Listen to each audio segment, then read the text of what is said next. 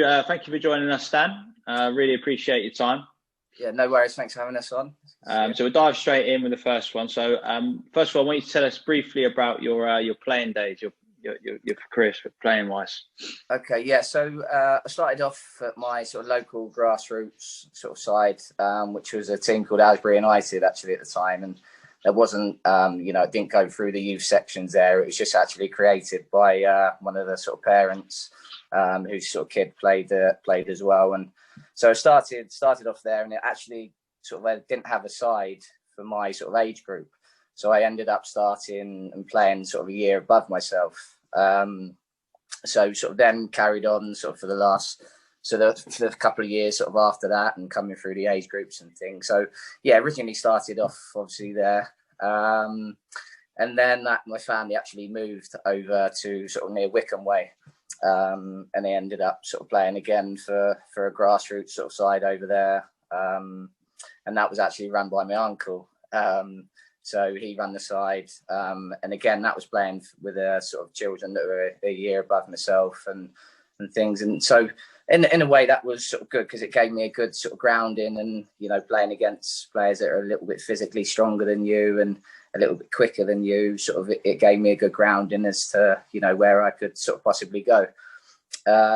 With the playing up an age group, like you said, you're probably challenged a little bit more. I know obviously this country we have single age banding. Do you think that's something that benefited you massively?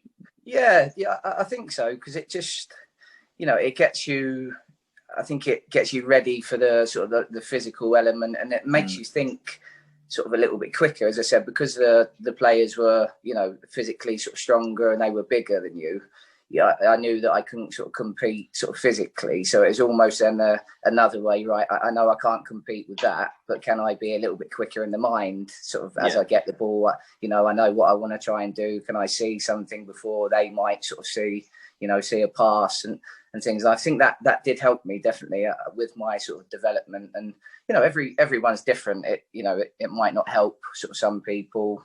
And some sort of people might sort of struggle and don't feel comfortable with that, and that's obviously absolutely fine, and they might not be ready in their development as well to do that. So everyone's different, but I can only speak for myself, and I think for me I did definitely find it sort of beneficial. Really valid point. Really good, mate. And then after that you obviously so playing for the local grassroots side, it was actually Penn and Tyler's at the time, which obviously having played against you when we were younger and things. And so I a scout actually came to watch one of our games, just as a QPR scout. Spoke to my brother, because brother's sort of 10 years older than me, and he's come through sort of as a player and a coaching path and things as well, and he sort of helped run the team. And spoke to my sort of brother afterwards and said, would it be possible if I could come down and do a 6-week trial? So I did that. It went really well.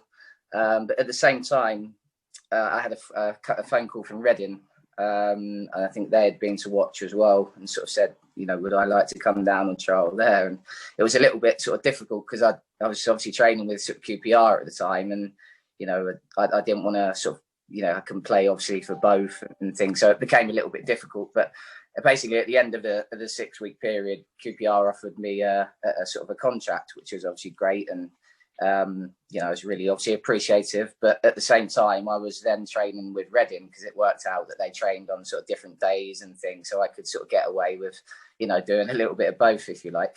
So I went on trial at Reading at the sort of same time, and I was honest and said to sort of QPR, look, I've had another scout sort of come to watch and has asked if I can go training there as well. And as it sort of happened, I ended up signing for Reading actually in the end, and that was I think it was the under 12 season. So started sort of in the academy at Reading, came sort of through the age groups and things, and so started. That's sort of how the academy bit started. And with the so you had obviously the choice between the two. What was so appealing about the environment at Reading? I think it was the facilities. It wasn't that long that the Medeski, where sort of Reading still are now, that would, you know, that had just been sort of built, I think, and then they had the dome at the ground.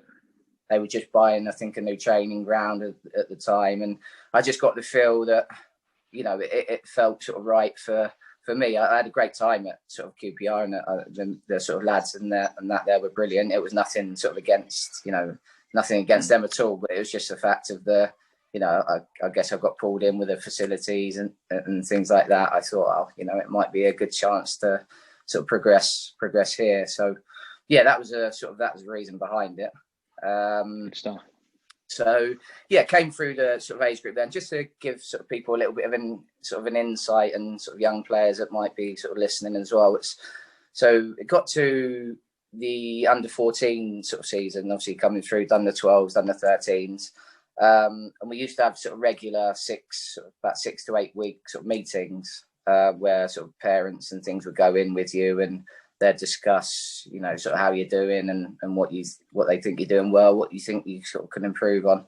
And one of the things they said to me is they didn't feel as though my athleticism was quite there. I was very good sort of technically and on the ball, and things were fine, but that sort of athleticism of the way the sort of the game was going then, it's progressed even more now. But yeah, I was playing fullback, I was playing left back at the time, and they sort of said to me, it's, you know, you've got to be able to get up and down. And I could run all day sort of long, but it was just that sharpness of getting somewhere sort of quickly, you know, that 5 sort of 10 yard burst. So they sort of said to me, look, we feel as though you need to work on your speed. And at the time I thought, well, you know, it's one of those things, you've either got it or you haven't. But they sort of gave me a training program and a speed program to work on.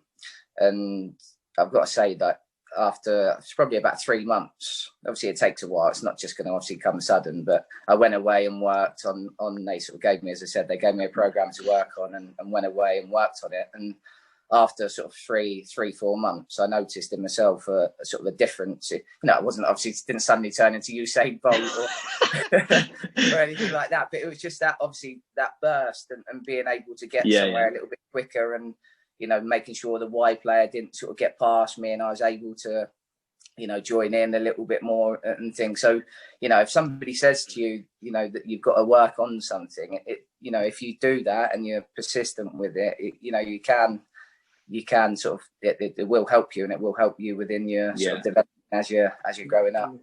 Definitely, yeah. Obviously, academies, they have the EPPP now, and they do have people that are involved at the club that can obviously help with their development. But like you said, there's any player that wants to improve something, all they've got to do is persevere, and then they've got to go out and train and obviously speak to the right people that will help them. Yeah, no, definitely. Yeah, definitely.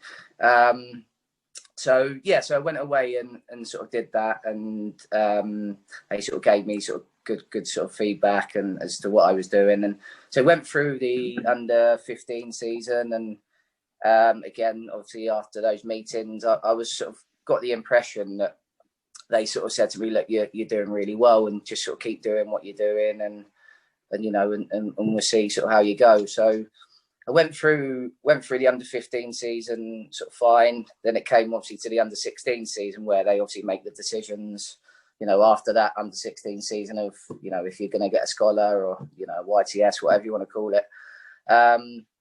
So it must have been about 6 weeks into that season, I broke my leg and ankle.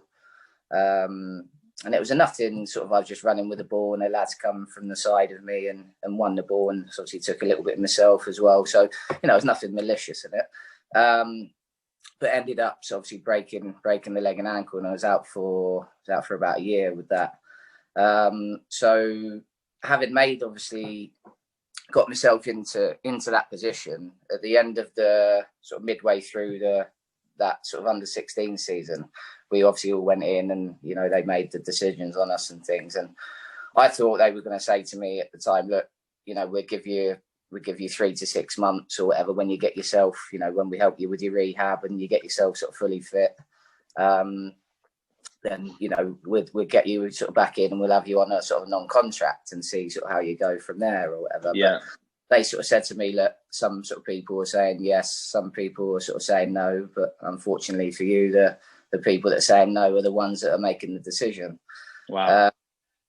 So you can imagine I was on the leg cast and I was in crutches, and when all you've ever dreamed of is being a footballer and things, and to have it sort of like taken away from you, if you like, just like that, made me and you come down and other lads are sort of sitting there, and they could tell from some of my emotions. Obviously I was devastated. I couldn't hide it, and they came down, and your sort of lads are sort of there going like, did you get it? And you're sort of like, you walk out sort of feeling so sort of dejected and things. And there was that thing, wasn't there, a couple of months ago? I don't know if you saw it with that Man City player. Yeah, sort of got released, and you don't know obviously the circumstances and things behind it, but you just think mental sort of. You do. I've been there, and you literally think your world has ended, don't you? You dreamed about it all your childhood. Every single day you woke up thinking, I want to be a professional footballer. And then finally you get yourself in that sort of environment, and you sort of set your sights on becoming a scholar and moving on through that. But as you know, I think the stats are something like under 1% of players end up playing for the first team. Yeah, and it is minimal, especially for you when you took an injury, it's a massive setback, isn't it? Yeah, I think at the time as well, we had a sort of a really successful sort of age group. Played with sort of lads that have gone on to make sort of real good careers in the game, and I think it was at the time. It's not now. I think now the under-23 program and things have become available, but at the time, I think for my age group, it was the most successful in the sort of club's history for lads sort of coming through. So whereas it might have only been sort of one or two, sort of if that, for an age group, sometimes there was about 6 or 7 lads that sort of made it from my age group, which is quite obviously unusual, isn't it? But as I said, now the under-23 sort of programs sort of there, I don't think that's necessarily the sort of case now, but at the time, so that I guess that made sort of me feel even sort of worse, if you like, because I was one of the ones that sort of didn't, and the majority sort of did. So that was hard to take, but at the same time, it builds you for the future and things. So having obviously left there, I sort of got myself. I was going back to Reading sort of once a week, doing my rehab and things like that, and then got myself back fit. And I went on trial at a couple of sort of different clubs, and a trial at Wickham. And it was difficult because I hadn't played a game. Yeah, I was sort of training and trying to obviously get myself sort of back fit and that. And I was training at Wickham. They said to me sort of, we're impressed, but we just want to see you in a game. And that was the first obviously game that I played in about a year and a half, whatever it had been. Yeah. Obviously I was nervous and going into a new environment, and I knew I had to do sort of well. So there's that pressure element sort of it as, too. And I didn't play sort of very well. And at the end of it, they sort of said to me, look, you're not quite what we're sort of looking for. And so I'd obviously gone from a setback at Reading, trying to get myself sort of back fit. Then I went obviously to Wickham, and it's just that sort of knock back again, and it sort of starts to affect your, it starts to affect your confidence, and you're then thinking, maybe it's not meant to, maybe it's not meant to be. And so left there, and then went on trial at Oxford United, and actually ended up signing for Oxford United, but it was on a sort of a non-contract basis, because they'd given out all their scholars and things sort of before. So I did that, and I was there for probably about 4 months.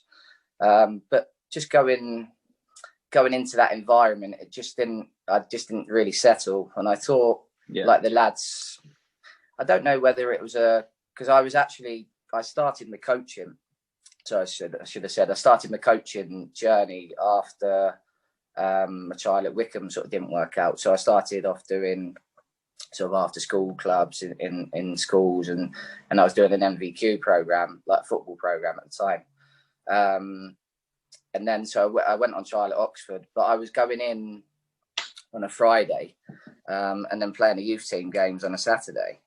And obviously all of the rest of the boys are, were in every day, and, like a sort of a scholar does. And I think they sort of, I don't know whether they thought I was, who's this coming in? I'm just coming in once a week on a Friday and playing sort of a youth team game on a Saturday and things. And I just didn't feel comfortable in sort of, they made me sort of feel a little bit uncomfortable within that environment, and and I just didn't sort of really settle. And I look back now and I think, I had a chat with the youth team manager at the time, and I think, well, should I maybe have stuck it out and sort of seen where it goes? But at the time, obviously, when I was 17, 18, well, I was 17, I think, at the time, and I just wasn't enjoying it. And, I had a few friends that were playing for quite a good youth team at the time, and I thought, well, maybe I'd just go and sort of play with them. And was this at this point, would you say that was the tipping point? So obviously you started coaching, and you probably got a little taste for coaching. Was this sort of the tipping point where you probably realised that maybe to make it at the top level you weren't quite going to get there? Was this a tipping point for you that you pursue your coach? Because as we know, you're a very, very good coach, so this might have been something that obviously tipped it. I think so. And I was under the sort of mindset, look, if I come out of, because I'd been in that environment since I was sort of 12, and I was in the mindset of, look, if I go and play, in non-league, for example, then if I'm good enough, it might get word gets round, or there's a good 18, 19-year-old sort of playing in non-league, go and have a look and things. But I mean, the bottom line is that I wasn't obviously quite good enough to achieve, obviously, being a professional footballer. And the next best thing was going into coaching and speaking to players about my experiences and gaining experience as a coach. And and I think that's helped me on the sort of the path that I am now. As I said, if I wasn't going to make it as a professional footballer, the next best thing was coaching, if you like. So amazing. And so what was your first role within coaching? Where were you? So you did like holiday camps and after school club and stuff, did you? Yeah, so I started off working on for a coaching company that sort of delivered after school. It was primarily football to start with, like football after school clubs, and then sort of going in and teaching sort of football, sort of PE within the schools. At the same time, I was doing, I think I said earlier, I was doing an MVQ program in football coaching sort of program. So I managed to get sort of qualifications and that through that. And then the company changed its path. So they didn't sort of just deliver football. They delivered sort of like multi-sport, if you like, all different types of sports, and sort of going into schools and delivering basketball and hockey and lots of different things. So that's how sort of it originally started. With the obviously that sort of role, obviously sometimes any coach that I sort of speak to, any good coach, they always have a bit of a grounding, and that what I mean by that is that how they started. Sort of a lot of good coaches, they start in community programs or they start in a school program. And how much did it lay the foundations for you? So obviously sometimes you'd probably walk into a school and you'd sort of have a 20 by 20 school hall with about 30 kids and 2 football. So how did that start? Definitely. I think when you look back and also it's not just sort of the children, even sort of the adults obviously work at sort of different levels and have got different sort of abilities and things. And I think the thing that stuck out for me to start off with as a coach is the difference with the abilities and things, and making, obviously, in PE lessons and for the children and that, you obviously want to make it as fun as you can. But it's that same time of pushing those sort of children on that are a little bit more capable, and those children that might sort of be struggling a little bit. It's a kind of art, if you like, because you're thinking, well, little Tommy, who's doing really well, isn't now really enjoying it because he's getting bored, because he's comfortable doing the task that you might have set him. But the other sort of little child isn't sort of progressing as well as that. So, then it's an art of making it sort of fun, but progressing the children at the same time. Just for an example, for any coaches watching, so let's say you've got, we'll call him Johnny, little Johnny, who is striving in the lesson, and let's say we're doing just a dribbling session in PE. What would you do to push him on? I think it might just be if everybody's lucky enough to to have a football each and things like that. It might just be something as simple. It doesn't. Sometimes you can overcomplicate things, and it doesn't have to, be anything absolutely amazing. It might just be, if he's using his right foot all of the time, and he's comfortable doing that. It might be right now. Can you try and use your left foot? Can you use different parts of your, different parts of your foot? Can you use the sole of your foot? Can you use the inside? Can you use the outside? And so you're constantly setting him challenges, so he's sort of thinking, no, I'm not getting bored. And as well as, he might be doing something different to everybody else, and the other children might be thinking, well, he's doing something completely different to what I'm doing. But as long as everybody's being challenged and they're having fun, and you can progress it or regress it sort of whenever you can, then I think that's an important skill to have, I think. Good answer. Good, mate. And then after that, so you obviously that gave you your grounding, and then what happened after that? So after that, continued sort of delivering lessons in schools and things, and there was a program actually at Oxford City that was a football program, and actually I think my brother was involved in the first team. I don't think he was manager at that time. I think he was assistant manager, but he was sort of he was helping with a college program there, and at the time there was about 6 or 7 lads at Oxford City that were full time. I don't know if you can remember. They had that Spanish. That's the futsal players, and that's it. They had sort of quite a lot of those lads come over, and they were sort of training every day, and they were training with the sort of youth team sort of boys, if you like, that were there. So I started sort of helping out with that, and that was a good experience because at the time I think I was only 22, 23, and being in that environment with sort of lads that were in the conference or the national north, I think it was at the time, and building my sort of confidence and coaching sort of lads who had sort of the ability obviously to play at that level was really important for me, I think, in my sort of progress as a coach, and sort of trying. And I was very fortunate sort of throughout the age groups at Reading to have worked with sort of some really good coaches that have gone on to to have sort of really successful careers in their sort of program. So I think that gave me sort of a good grounding as well, because I always showed an interest in the coaching sort of side of it, even as a player. And you take little bits out of people's sessions and things, and you think, oh, that was good. I remember when I sort of did that, or I didn't really enjoy that. So I still sort of think of it as a player of what I sort of enjoyed sort of doing at the time and things. And I think that's helped me too. So was in sort of that environment, and that was really good. And then I had a couple of years at coaching at Watford within the academy there. I was assisting another coach, and that I started off with the under-13s there, and then I was assistant coach of the under-15s. So that gave me, again, going from obviously being a player in that environment to then being a coach, obviously in that environment was pretty sort of good. And again, you get to watch sort of other people's sort of sessions, and you get to work with players, and help them sort of try and obviously progress. And that was interesting. And that was, that also gave me, I think, a good grounding of sort of where I am now, if you like, being in that environment.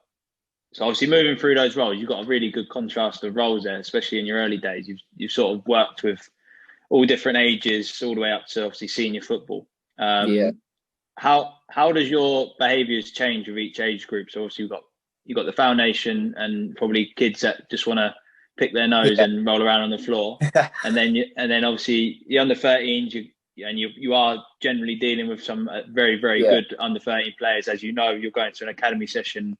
I remember when I first went into an academy session at sort of under-12s, and I was blown away by how good they were. And then all the way through to obviously first team lads that obviously are training every day. Sort of how does your behaviours and how does your style change? I think the way the way you speak to sort of obviously the children is a little bit different to obviously how you would how you'd speak to an adult, if you like. And I was quite fortunate because when I went into that sort of coaching environment at Watford, I wasn't sort of I wasn't the lead coach, if you like. I was the assistant sort of coach. So, I could sit back a little bit and have a sort of look at how sort of the lead coach, if you like, did things, and how the players sort of responded to that, and what they found sort of quite sort of easy, what they found sort of difficult, if you like. Yeah. So I think sort of being able to take that little step back and then go in and sort of coach within that, but not being the lead coach, was good for me as well to sort of learn. I think the communication, I'd probably say, is is the biggest thing of how you talk to people, and as I said, you would talk to sort of a child, obviously slightly different to how you would talk to an adult. So I think the communication thing is a sort of massive part of it. Yeah, I'm glad you said that, because obviously coaches get so bogged down in X's and O's and sessions and this and that, but at the end of the day, a lot of it just comes down to people, doesn't it? And it does, how you interact. It does, and I think if I've heard so many people say it, but it's true. You can be the best coach sort of in the world, but if you haven't got that rapport with players and you can't communicate with them, they're not going to buy into your ideas and things. So communication, I think, is massive. Yeah, good stuff. Right, so Watford, what happened after that? So unfortunately, I left Watford because it just didn't fit in with what I was sort of doing at the time. Obviously, Watford wasn't a full-time job; it was obviously part-time, and I had my full-time obviously job on the side. And I was sort of basically leaving work early to get over to Watford because they were training sort of early, because I had to basically, some of the kids went to school there. It was a Harefield Academy, and some of the kids, basically the idea was the kids that were doing really well basically went to the school and things like that. So they basically trained quite early. So I was having to leave work early to get over to training. And I just couldn't do it in the end. It just became sort of a little bit too much. So I came out of that environment, which was a little bit of a shame, because obviously being in that environment, you're only going to obviously grow as a coach and learn different things. But I had to come out of that. And then set up my own coaching company a few years after that, going into schools, delivering sort of PE programs and delivering football programs and things. And that's been good. Obviously, it's been a challenge, obviously setting up my own sort of company and things, but I've enjoyed doing that. That sort of coaching side of it. But I was obviously playing still at the time. I just signed for playing for Berkhamsted, who obviously I'm still with now as assistant manager. So I was playing and got to about 28, 29. I just had so many injuries, and it was sort of one thing after another. And I ended up having sort of a knee problem, and I knew that, something wasn't sort of quite right. And I knew that I'd got to, obviously I was 27, 28, 29. I wasn't obviously going to make it as a professional or anything now. So, and then the coach or the manager, at the time, sort of said to me, look, would you be interested in doing a little sort of bit of coaching and putting on sessions and things for us? And obviously, having gained experiences throughout the years, I felt sort of pretty confident sort of taking sessions and things. But I say the biggest thing for me was, obviously I'd gone from then being a player to then obviously being a coach, and it was almost like, well, I was a little bit worried, and maybe worried's not sort of quite the right word, but maybe a little bit curious as to, as I said, I've gone from being a coach to a player, to a coach. How are the lads sort of going to respond and to me? But I think once you show sort of your knowledge, and you hopefully sort of know what you're talking about, and you can put on sort of good sessions and things, I think that you gain the sort of players' respect from doing that.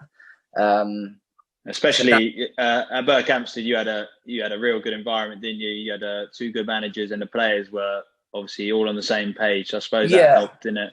Yeah, massively. I mean, Lee Bircham and Steve Bateman are now at Hemel in the national South, and they were really good. They were really good to me, and we all had our sort of strengths and things. And Lee and Steve, well, I think we'll be first to admit that coaching wasn't their main attribute, if you like. They were very, very good at other things, but that's where I sort of came into it, because I was obviously felt comfortable obviously coaching, and so it was good, because I learned obviously off of them both and how they sort of did different things and things. Yeah, so it's given me a good grounding. So good stuff, mate.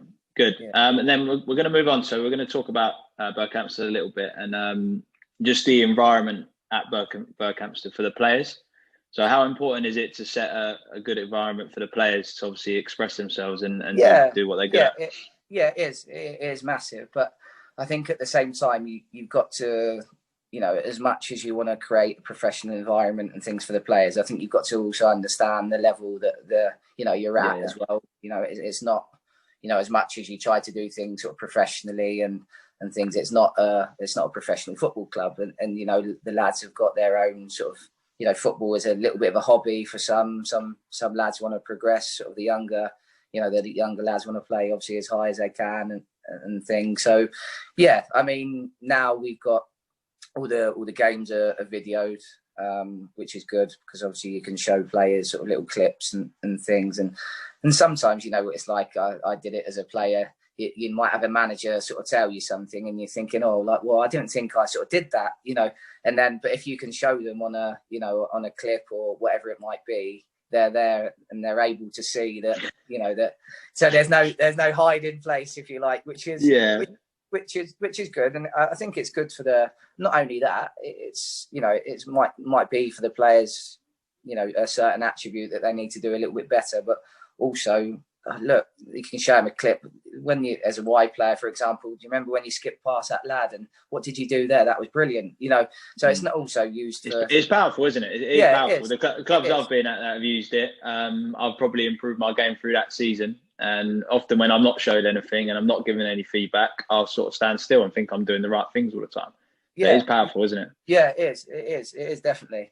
And obviously the training environment and things as well, that helps.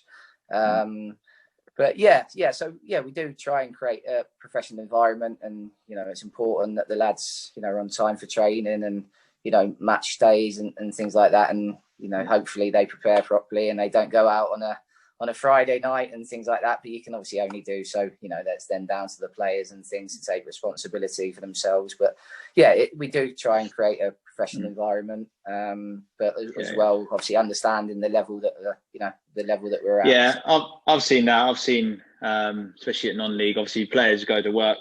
Generally, they would have full-time jobs and they go to work for the day, and then they get to training, and the manager wants to do a step-by-step pattern of play where you don't hardly break a sweat. And as a player, I used to get frustrated. I used to think, can't wait to get the training, like high tempo session, get the ball moving around, and then we can maybe work on some pattern and stuff at the end. But often you get managers that want to work on this, work on that, and it's a bit frustrating. So I suppose that's a hard thing to try and engage the intensity of the session.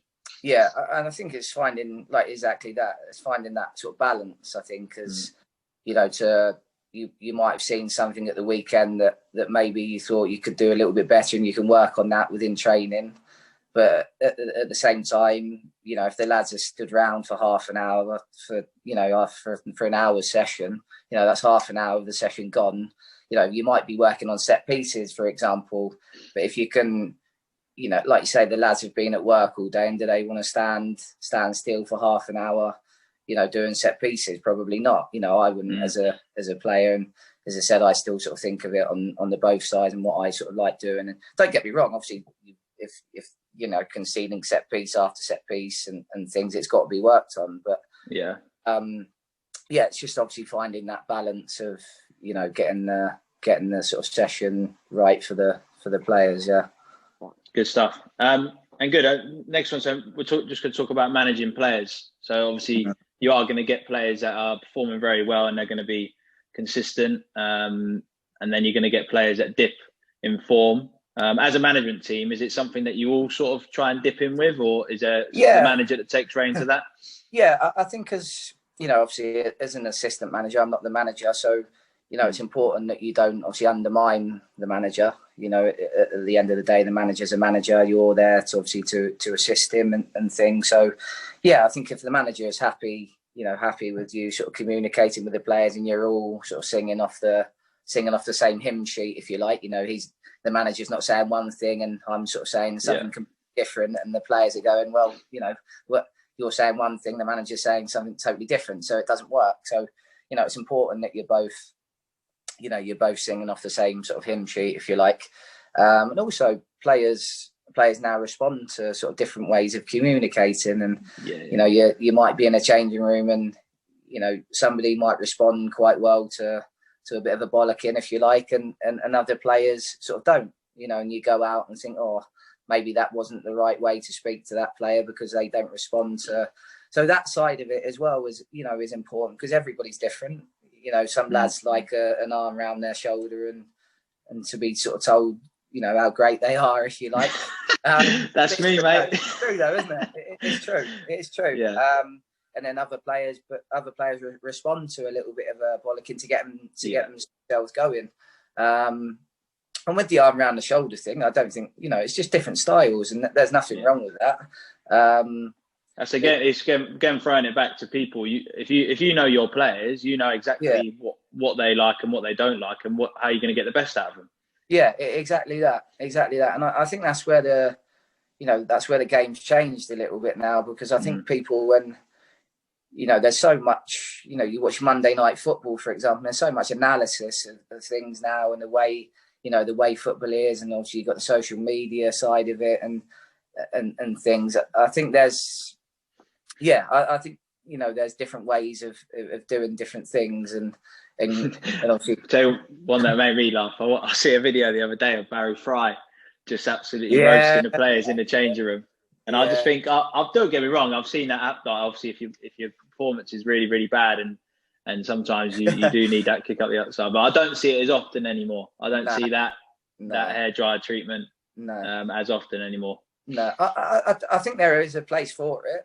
I think at times, but I think if you're constant, if the lads aren't playing well, and you're constantly sort of getting into them, if you like, it doesn't have the effect, because you're constantly sort of, on the lads' sort of case, if you like. So it's just getting that balance right. Of sometimes I do believe they've got to be told, look, that isn't good enough.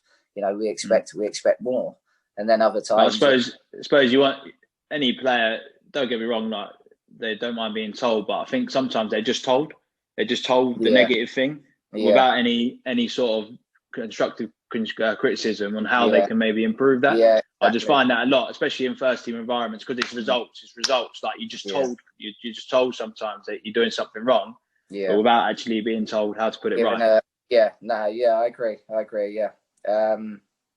Yeah, definitely. I agree. Good. Right. Well done. So we'll go on to the last few, mate. So I want you to tell me a coach that you admire or have been inspired by. Now, obviously, I know you had a good mentor, if you like, in your brother. So that might be someone. But if you can just tell me.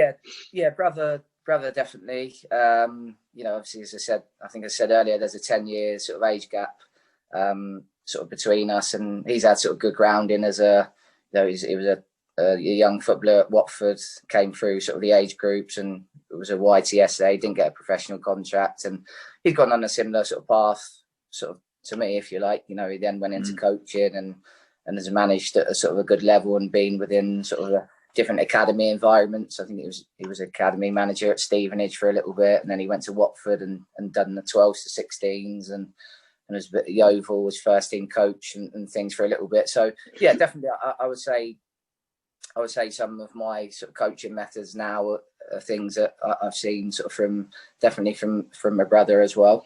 I think another one from sort of going back to the Reading days was probably Brendan Rodgers as well. From obviously everybody knows obviously the Leicester manager, and at the time when was he academy manager? Was he? Reading? No, he wasn't. No? I think he was academy manager a couple of years after I'd left.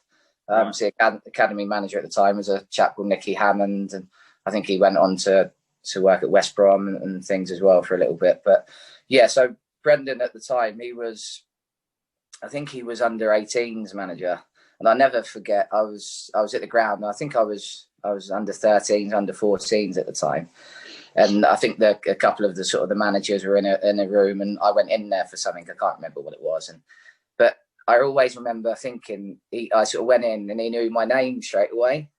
And that just little things, just little things like that. He was the under-18 sort of manager. And, I was only in the under-13s, under-14s, but he knew who I was and, where I played, and knew my name. And for me, that made me sort of, feel really special. Like, and and that's sort of something that sort of stuck with me. And, he spent that time getting to know sort of people, and, he wasn't just worried about, what he was doing with his group that he had.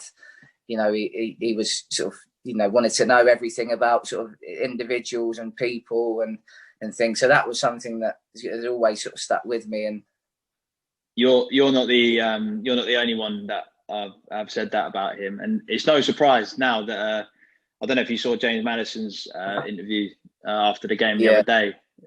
Everyone seems to speak so highly about him, and you can see on the pitch every player puts in a real shift for him. And that's probably exactly the reason you just mentioned about how good he is, obviously understanding people and remembering the finer details that people appreciate, and little things like that go a long way, don't they? And obviously getting players to want to play for you.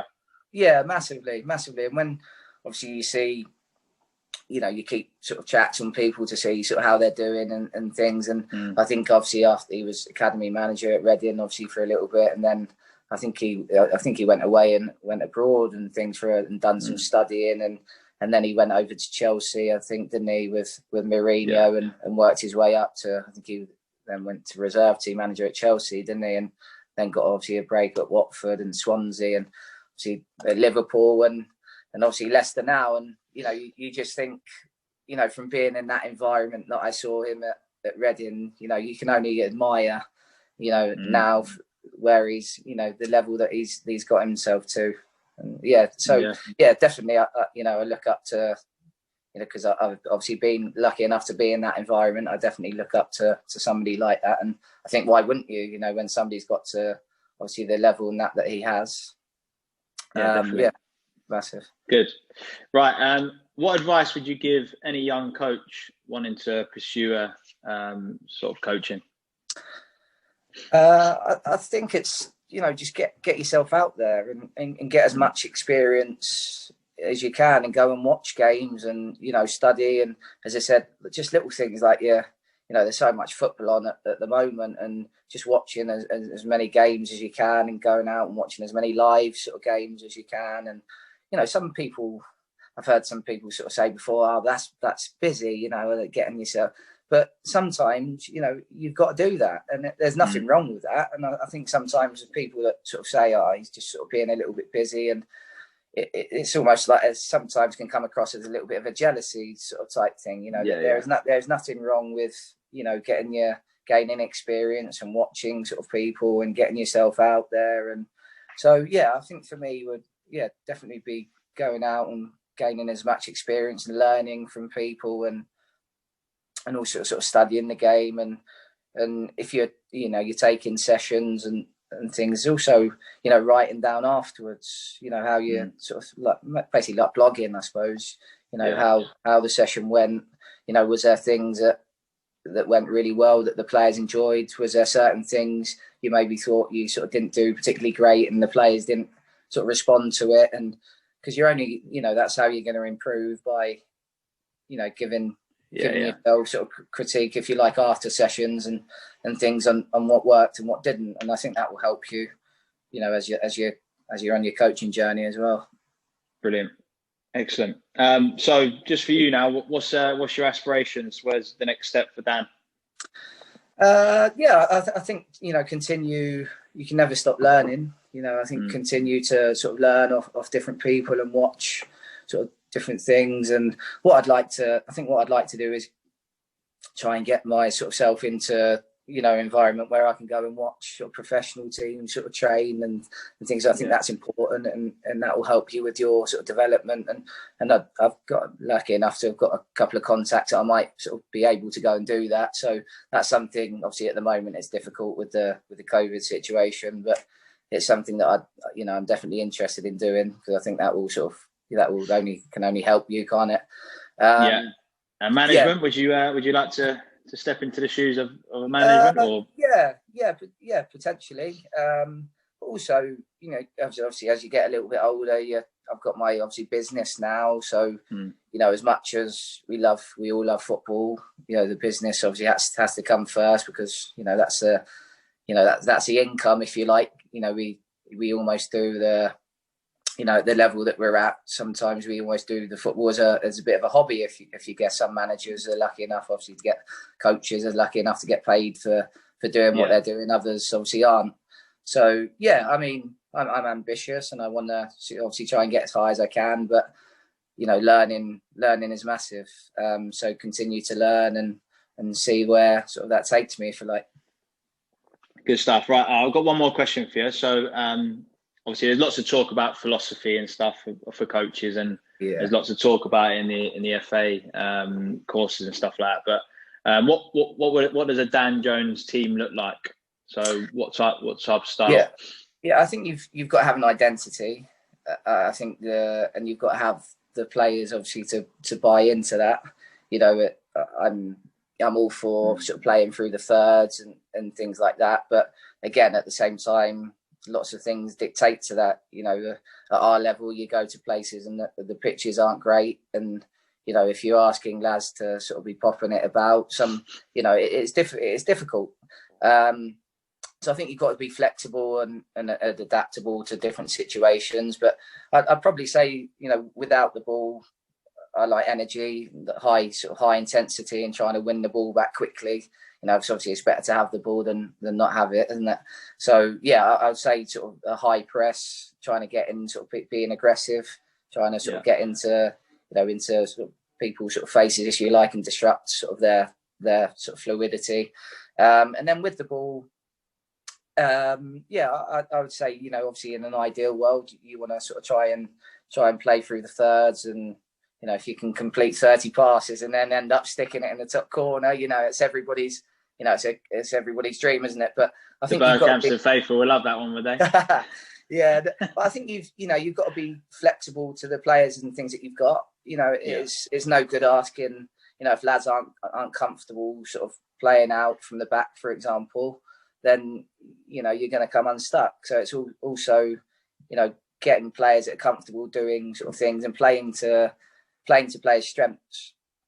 You know, it is massive, because at the end of the day, you know, if they're not comfortable doing something, you know, it comes back to you as a manager or as a coach, I think. And, you know, it will only reflect on you, because at the end of the day, if, you know, something isn't working, it's much easier to get rid of a coach or a manager than it is a squad of 18, 20 players, isn't it? So, you know, being adaptable and flexible, I think, is massive to the environment that you're in, if you like. Yeah, totally agree. It would be nice to have a nice little pot of money like Man City and go and buy the type of players that you want to fit what you want to play. But exactly, yeah. But it doesn't work like that, unfortunately. A lot of clubs, especially probably out the back of out of COVID, won't have the resources to be able to go and get players. So, like you said, you've got to be adaptable, and yes, it's exactly how it needs to be. Isn't it? I think, I sort of look at it as a player. What didn't I like sort of playing against? And I think nowadays, the way the game is, that pace is massive.